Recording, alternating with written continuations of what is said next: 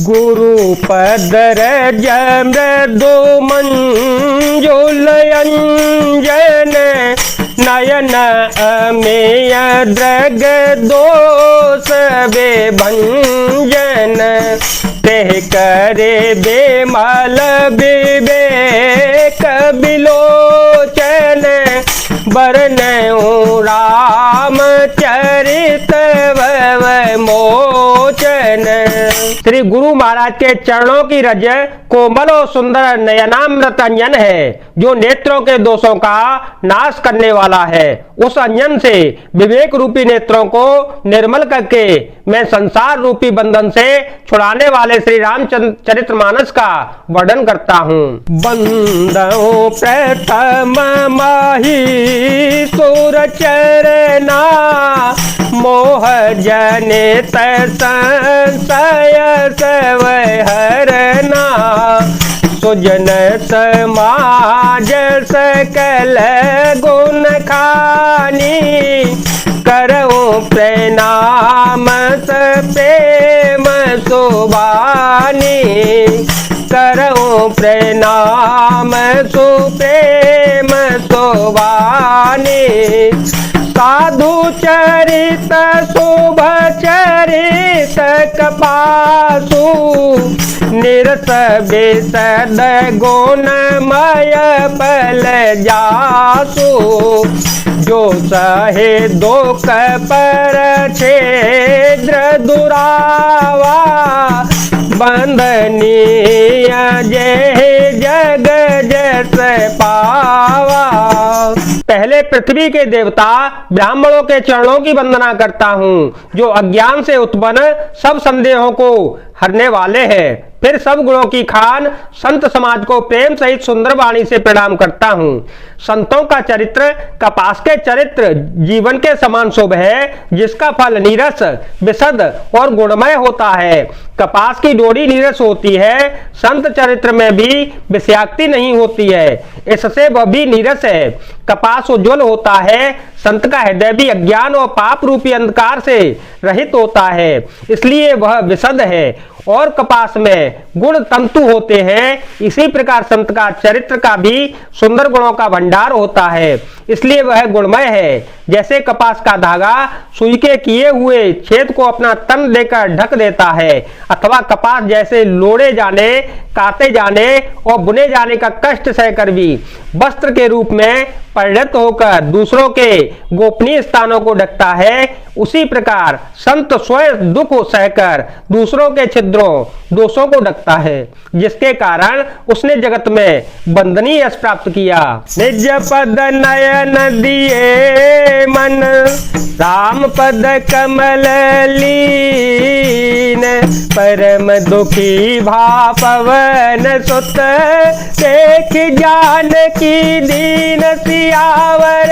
रामचंद्र पद जय शरणम शंकर हरि ओम जय जय सिया राम जय राम जय जय राम। श्री जानकी जी नेत्रों को अपने चरण में लगाए हुए हैं, नीचे की ओर देख रही हैं और मन श्री रामचंद्र जी के चरण कमलों में लीन है। जानकी जी को दीन दुखी देखकर पवन पुत्र हनुमान जी बहुत दुखी होते हैं।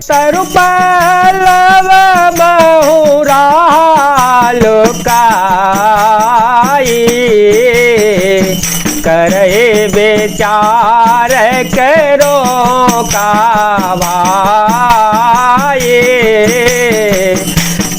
अवसर रावण तहयावा संग नारे बहु किए बनावा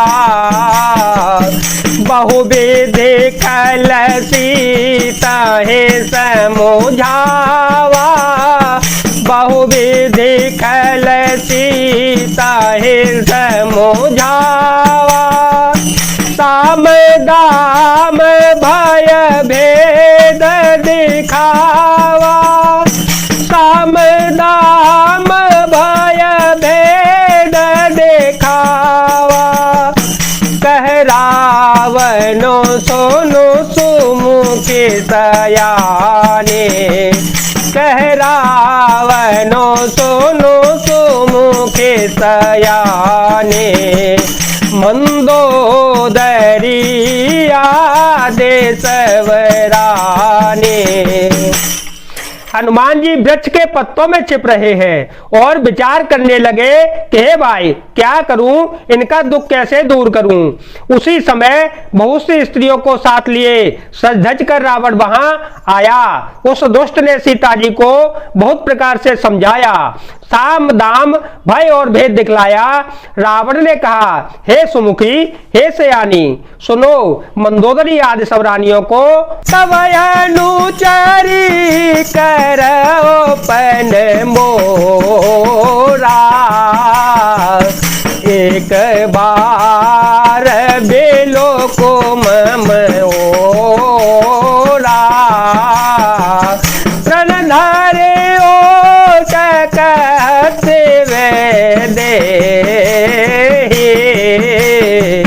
सो मेरे अवधपति परम स्नेही, सो मेरे अवधपति परम स्नेही।